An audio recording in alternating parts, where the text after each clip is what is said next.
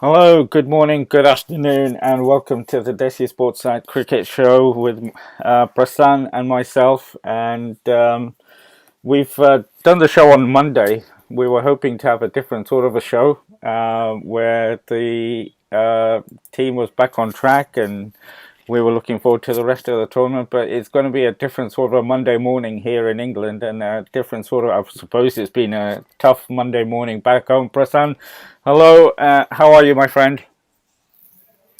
Yeah, I'm doing fine, Bharat. I think slightly better with not so much of a good night's sleep, but I guess a few hours of sleep here and there. Of course, not the script that we were all looking to follow in some sense, with two losses that have pretty much put us all but out of the competition. But yeah, I mean, it's certainly been hard. It's been a hard pill to swallow. I'm wearing the jersey only because I didn't wear it last night. I didn't wear it for the Pakistan game as well, so that's not to jinx anything.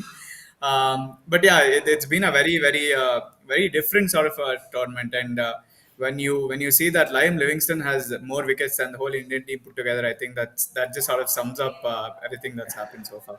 I mean, we've done a couple of previous shows. We did the show before the Pakistan game, and I think if we did the show yesterday, it would have been in a positive mood that, this team is, you know, maybe not too good for New Zealand, but a team that can beat New Zealand comfortably and get the show back on the road. It didn't pan out that way. I mean, I saw some of the reaction after the post match, which is never the good time. I saw a couple of the news channels overreacting, in my opinion. Um, People in back home have had a sort of 10, 12 hours to recover and reflect. What's been the reaction this morning? It's been very hard for a lot of people because I mean even the loss against Pakistan I think is something that people could digest because it was bound to come someday. And of course, the way that Pakistan started with Shaheen really getting rid of both Rahul and Rohit, and setting the platform for them to really have a good grasp over the game. I think we did really well to come back. In fact, in that very game, getting to a challenging total was something that was a big positive. But the loss against New Zealand, I think, hurts a little bit more because you'd expect the team to bounce back from a defeat. It's the Indian cricket team that we're talking about, and it's the cream of the IPL in some sense. And with the way that we performed against New Zealand, again, it was a very listless batting performance. It looked like there was no intent. It just seemed like they were all tentative shots being played. It just seemed like the captaincy was spot on with the way Williamson plays his fielders, and the Indian batsmen were hitting it straight to all of them, and that was something that was really shocking to see. And even the way, in my opinion, the fact that Bumrah was trying to nail all Yorkers, right from the start, was in some sense, obviously it was a desperate move to win because there wasn't any other go. But that I think pretty much summed up the game India were having, a very very desperate time out in the field. And two losses in two games, very big ones in fact, has certainly dented our net run rate. And unfortunately, as bad as it sounds, we probably do need calculators and a whole lot of to come our way. So it's been very very out of script, and it's not the ideal start. But I mean, Kohli keeps saying the same thing again and again. We need to move on to the next game, but I really don't think there's a next game that we can move on to in terms of staying in contention for the semis. Yeah, and we'll come to that as well because we'll need quite a few favours to get anywhere close to getting challenging for the semi-finals. But it's funny when you mentioned the fact that we could sort of accept the Pakistan defeat, law of averages. They've got to beat us sometime, but then you could say the same thing about New Zealand. I mean, I can't remember the last time we beat them in an ICC tournament, and obviously the two standouts are Kane Williamson against Virat in the last two, the ICC Test World Championship, the ICC 50 over World Cup semi-final.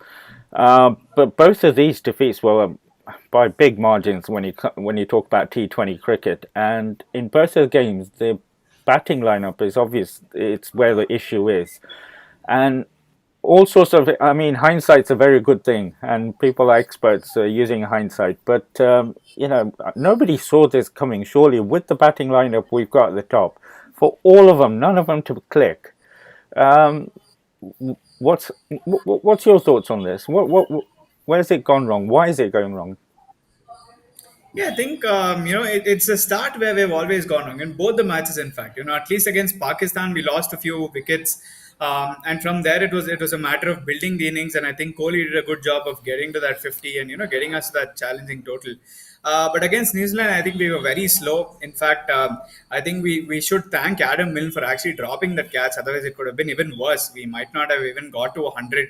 And if the Indian cricket team that is now can't get to 100, then that's just unacceptable. It's as simple as that. Kohli mentioned that we weren't brave with the bat. It's not about being brave. It's about going there and expressing yourself. At the time when the IPL ended, of course, KL Rahul had just gotten back into form. Ishan Kishan had just gotten back into form. But it's being in form over a course of a couple of games that you go into a tournament. And in fact, Jasprit Bumrah was asked in the press conference, about if the whole concept of the bubble and the 6 months thing was playing in their minds, and he said that it certainly was, and unfortunately, that's what's happened. We didn't have great starts in both the matches, and if you don't have a good start, it's very hard for the middle order to do their job day in and day out and sort of bail the team. And even the middle order, in some sense, Kohli was very slow. The way that I was perplexed by the fact that Rohit didn't open the batting to begin with. I think when that's a tried and tested pair. In fact, if you just sort of run back to the times when Kohli was speaking during the IPL, he mentioned that he wanted to play or rather open the batting in the T20 World Cup. And then he said he wants KL Rahul to open the batting. And when he was asked, in the press conference if Ishan Kishan would open the batting in place of Rohit, he said, he made a mockery out of that statement. And lo and behold, Ishan Kishan opened the batting. So I don't really see the understanding and the concept of where the team is in terms of the roles that these players are operating on. And yeah, I mean, in a T20 game, if you don't have a good start, it's really hard to come out of that. So that's where we went wrong. And I mean, unfortunately, there's nothing much that we can do about it right now. Yeah, I mean the games are done and we've lost, but obviously you've got to reflect on some of the things some of the decisions that were made. And let's go back to the Pakistan game one.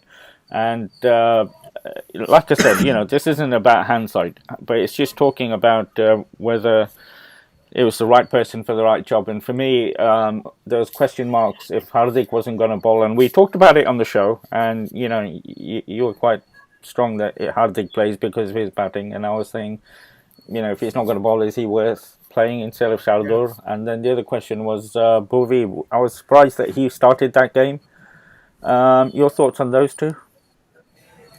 Yeah, I mean, again, I wasn't too skeptical of Hardik's spot in the side, as in him featuring in the 11. I was obviously very skeptical about his form, and I think in the two games that happened, he certainly hasn't proven his worth as a good finisher, or rather, the Hardik Pandya of before. He's looked very off color. Of course, we replaced Bhuvneshwar Kumar with Shardul, and that should have happened way before the T20 World Cup started.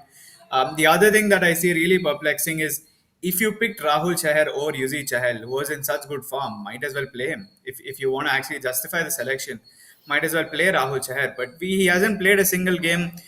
Maybe if we had played Chahal, he could have made a difference in the form that he was. Obviously, a lot of experience. But yeah, Hardik Pandya looked completely off color. He failed to time the ball. He got hit on the shoulder. All sorts of things happened.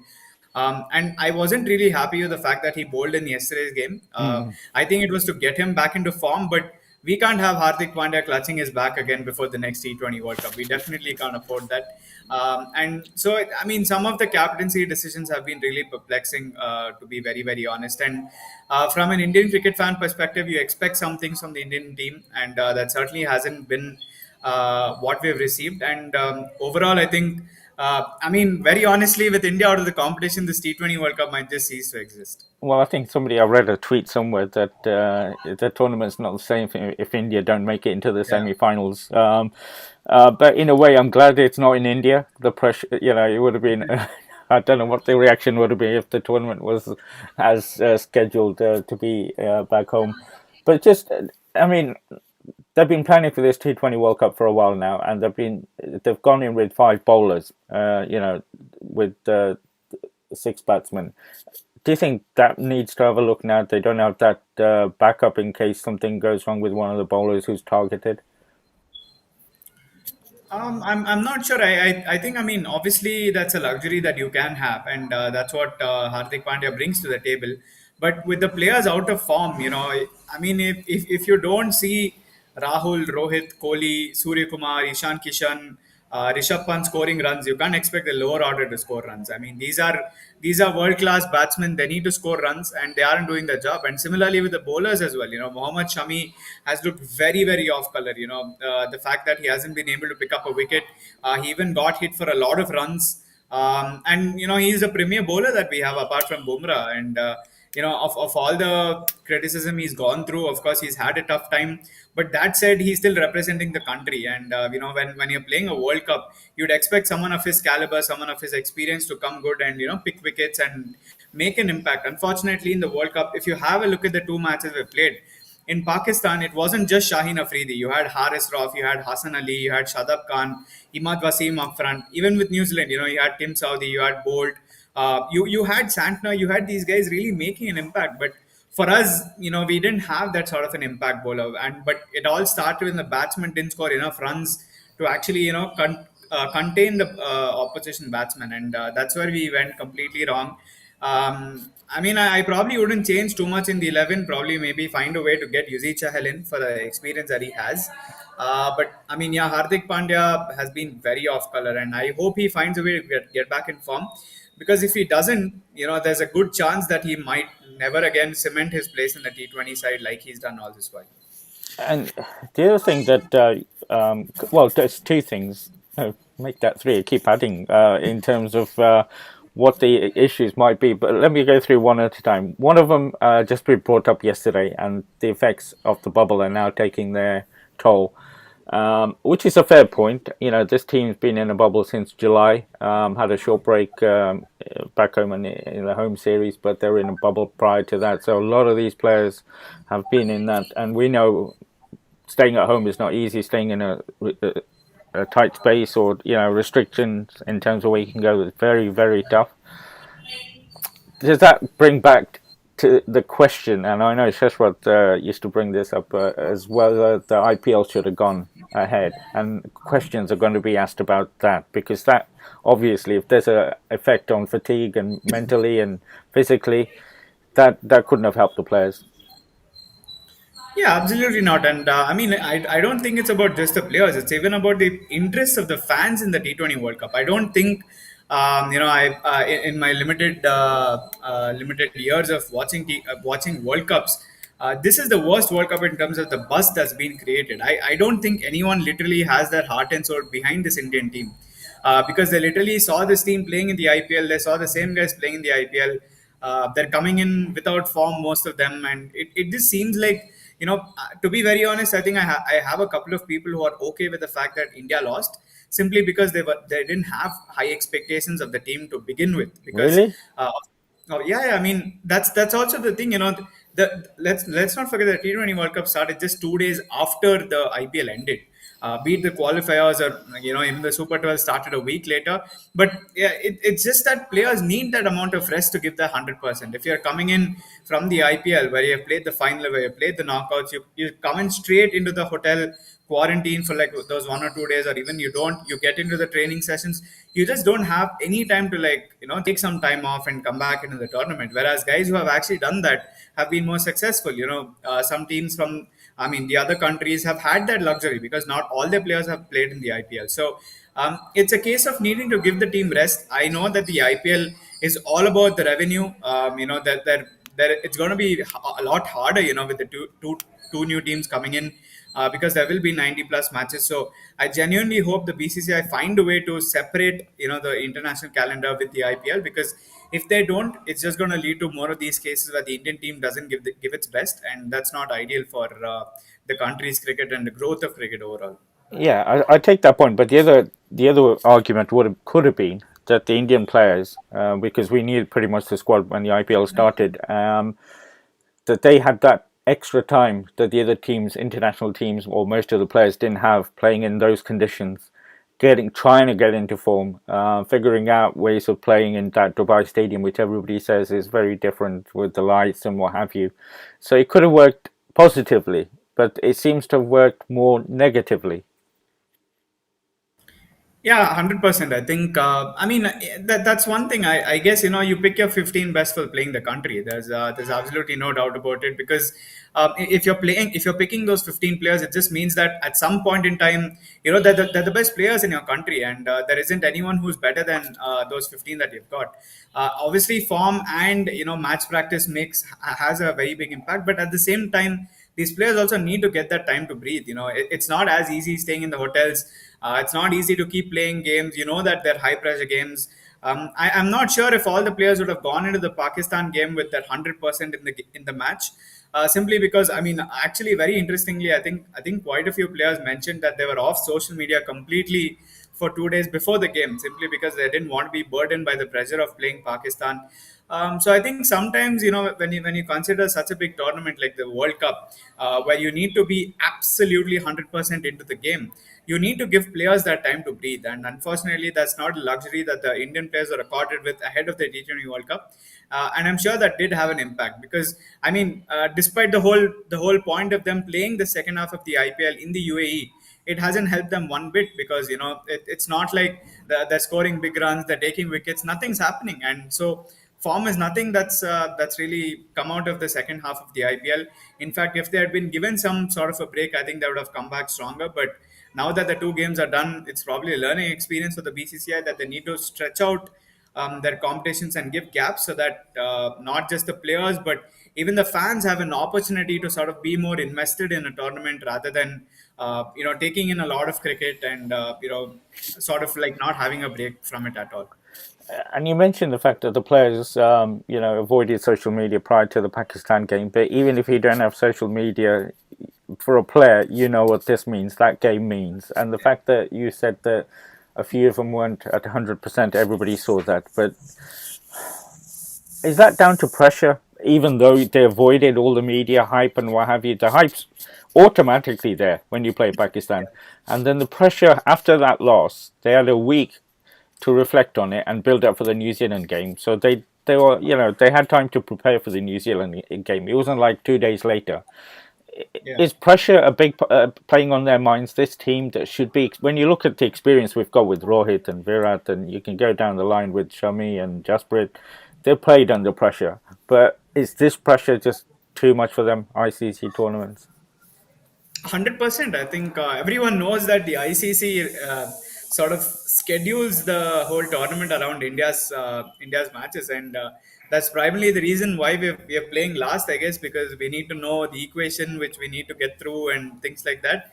But yeah, I mean, I don't think any other country feels the pressure of an ICC tournament as much as India does.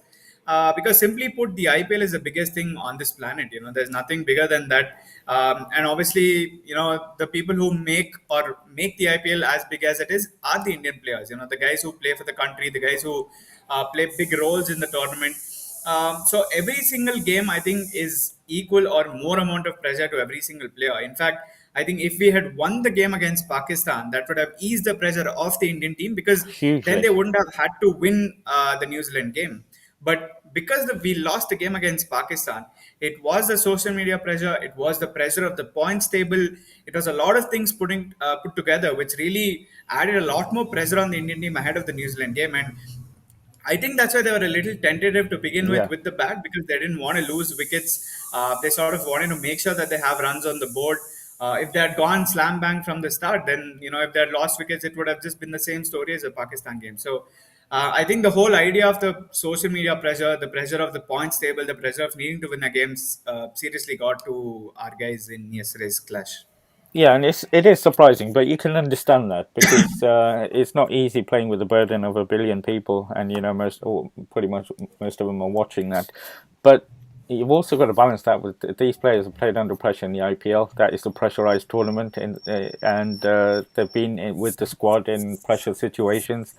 But it's a hard one. But what I didn't like yesterday, and I switched off some of the post match reactions, was questioning the players, um, what's the word? Not loyalty, but they seem to say that they've played more passionately for the franchises than the national team, Franchises, yeah. which I don't agree with. I think they probably hurt more than the fans, if I'm being honest with you, in terms of the defeat. These are professional people, and especially if you know how badly Virat takes a defeat, he must be hurting hugely. So I don't like any of those comments, and the fact that let's scrap this team and build a new team around the young talent that's coming through the IPL. No, I'm not with that. You win and lose, and you got to balance both of them out. So I didn't like the overreaction last night after the defeat. Yeah, I mean that's bound to come when you're. I mean, like you put it, it's. I mean, over a billion people in the country, and when everyone wants India to win, again that sort of stems from the fact that that you see these 15 cricketers play every single game of the IPL. You see them play every single series. You see them play every single tournament that India plays, and obviously you expect that sort of a result from them because I mean, let's say, for example, if you're following the Australian cricket team, or let's say you're following David Warner, if he doesn't perform in the IPL, you're okay with it because you aren't invested, you don't have your heart and soul into his performances. But you're following the Indian team, you're following these 15 players. You're following Rohit, you're following Rahul, you're following Kohli.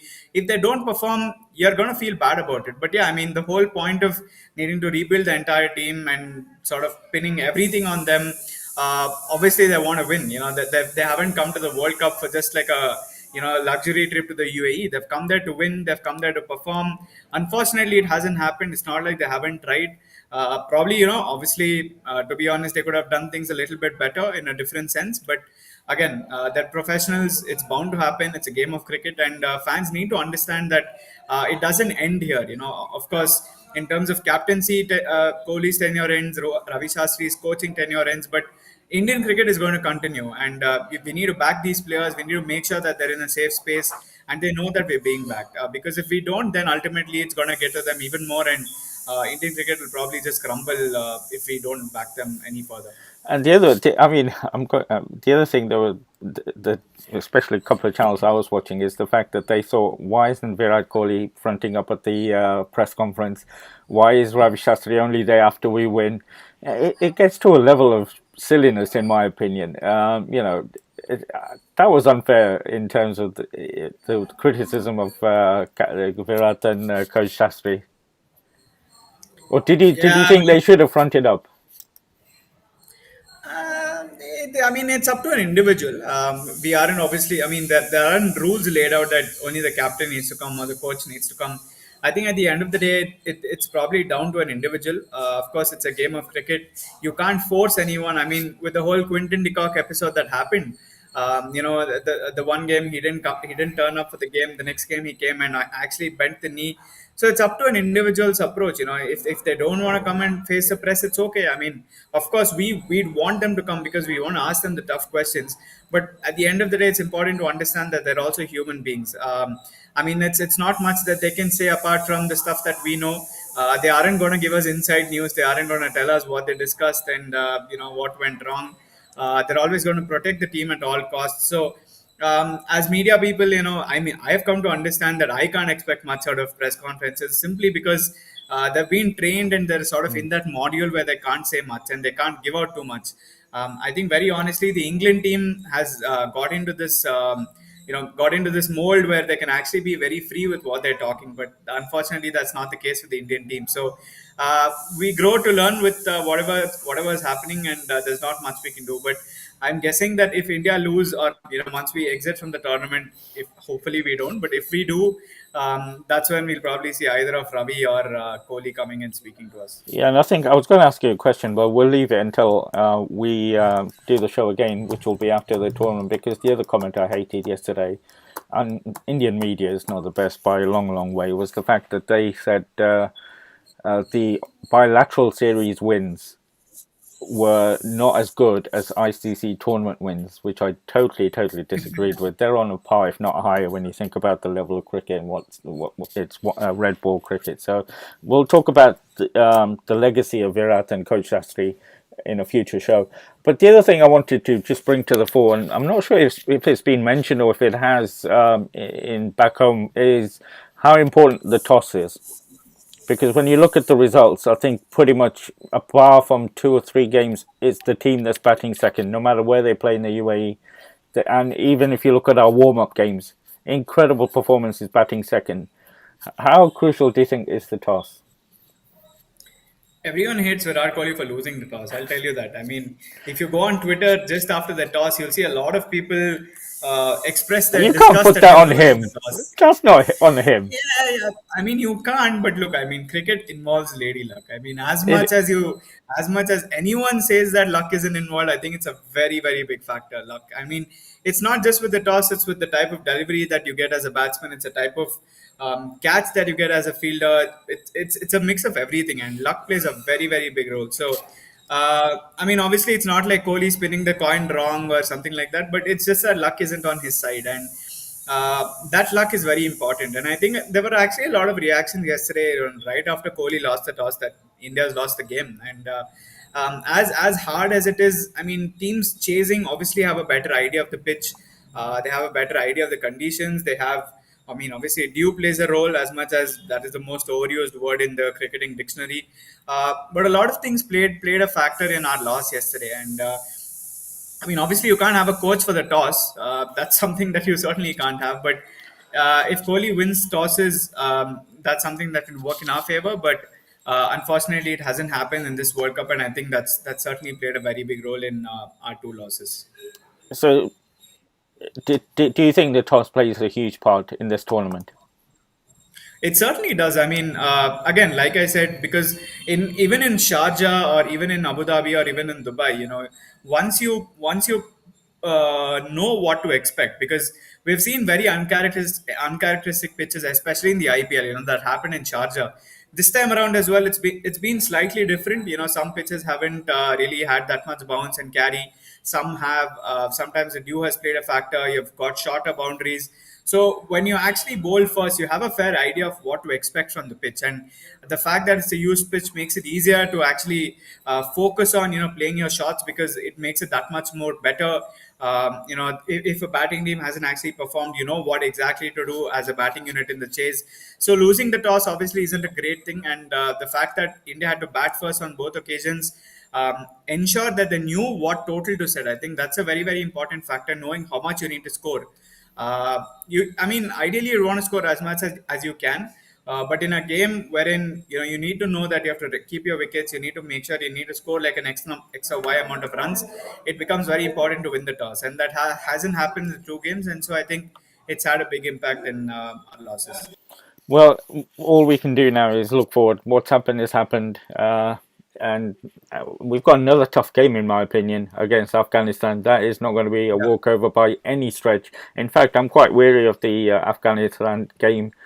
What change? You said earlier in the show that you wouldn't make too many changes. What lineup would you like to see in batting order? Because you mentioned the fact that you were surprised Asian came to open with Gale, but some people said this certainly the batsmen are so flexible they could open in pretty much, or they could bat in any slot.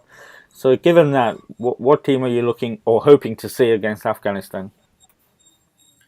I genuinely think Rohit should go back at the top. I don't see a reason why he should bat down. If anything, probably Kohli should bat at four, or get Ishan Kishan to bat at four if they want him to play in that 11. Of course, if Sky comes back, that just means he slots into number four, and it's back to good old days with Rahul and Rohit at the top and Kohli at three. But I definitely don't think the Rohit Rahul partnership should be broken. They should open the batting. Kohli at three. If they want, they can get Ishan Kishan to bat at three because they picked him as an opener. Kohli goes down to four, and the rest of the team follows. As for the 11, with the way Hardik Pandya has been batting, I don't think he warrants a place in the side. In fact, if he's not going to be bowling, might as well get Ishan Kishan in the side at his expense actually, and get Sky to play in that 11 as well. It just means we'll probably be a bowler shot, but it's T20 cricket. Sometimes bowlers get hit, sometimes they don't. Shardul Thakur also playing, so you've obviously got the three seamers and two spinners in Jadeja and Varun. They've got 5 overs over there. Maybe if Kohli can bowl a little, or even maybe Sky can bowl a little for those 1 or 2 overs. Again, it's Afghanistan, so that batting order isn't as formidable as New Zealand and obviously Pakistan. So I think we can take a chance by playing five bowlers. If Hardik, I definitely think Hardik should be benched. I don't think he will be, but he should be. If Sky is fit and Ishan can play, then I think that will be my 11. No place for Ashwin. Not yet. I don't think so. I think Chakravarti has been actually good He has in the been good, limited yeah. chances he's got. Yeah. And Jadeja obviously adds that extra batting power in the 11. So I don't see Ashwin getting a place in the side for the next game. Because I thought Afghanistan should have beaten Pakistan in that game. They were well in it Yeah. until the last couple of overs, so it's going to be very, very tough. But in terms of Pandya, you said if he doesn't bowl, but in the form that he is and the bowling that he's not done. Would if he's going to bowl 2, 3 overs, would you still play him? Uh, I'm a sucker for people who have done well. I honestly hate opening new chapters before closing old ones. I genuinely feel, again, if it wasn't for IPL form and the whole fact that he was injured, I think Hardik Pandya would walk into any of our 11s without a shadow of doubt. I You've been a mean, staunch supporter of Hardik, and I've sort of, played the devil's advocate in the fact that I don't think I've seen him play a good innings this year, possibly yeah. even late last year. And he's got into the. I thought Shardul should be in the first pick for the World Cup squad ahead of Hardik. But you still got the faith in the young man or youngish man. Yeah, I mean, I do. Look, again, Hardik has proven himself as a match winner. You can't. I mean, I get where you're coming from. Of course, he hasn't performed in the last many months. But then again, he has won matches for the country. Of course, he's going through that rough form. I mean, if let's say KL Rahul was undergoing the same form, I don't think the Indian team would drop him from the 11. So it's about needing to back him again. He hasn't come good, and that's why I'm saying it's okay if he's dropped for the to pick someone like probably Ishan Kishan or Surya Kumar Yadav if he's back fit. Uh, but if he can bowl and if they can find a way to get him back into form, again we're playing the likes of Scotland, Namibia, and of course Afghanistan is a way tougher opponent than those two. But if Hardik Pandya finds his form, and just heading into the next T20 World Cup, of course there are a lot of assignments before that. But if Hardik can find a way to cement his spot back in that 11, I think he's a much better all rounder than Shardul Thakur in my opinion, because Hardik is much better with the bat. Of course, he can bowl the tough overs. Even yesterday, Shardul Thakur actually got hit for Mm. quite a few runs. So it's not like he's offering anything better than Hardik is. But if Hardik gets back into form, then there's nothing like it. And I think he needs to play a lot more games. He needs to get that confidence back in himself, and for that he needs to play matches and not sit on the benches. I personally wouldn't play him against Afghanistan. And then roll him out against Namibia and Scotland. To if he's going to bowl against those teams, hopefully there'll be less pressure. But let's not call that one before it happens. But obviously the big game we have to rely on favours from Afghanistan. I can't see us getting any favours from Scotland or Namibia. To be fair. So the big game will be next Sunday. But this is on the fact that we beat Afghanistan and we have to beat them Yeah. fairly comfortably as well. Afghanistan also need to beat New Zealand. Otherwise, we're definitely in a pickle over there because of the points table and whatnot. But yeah, I mean, it's gonna be go big or go home. It's as simple as that in the remaining three games. There's literally no other means. There's no other philosophy that we can follow in the remaining three games because of our net run rate and the two losses that we faced. So um, that this probably means that we're going to see some exciting cricket from the Indian team. But if it comes at the cost of losing a game to Afghanistan, I think there's no bigger.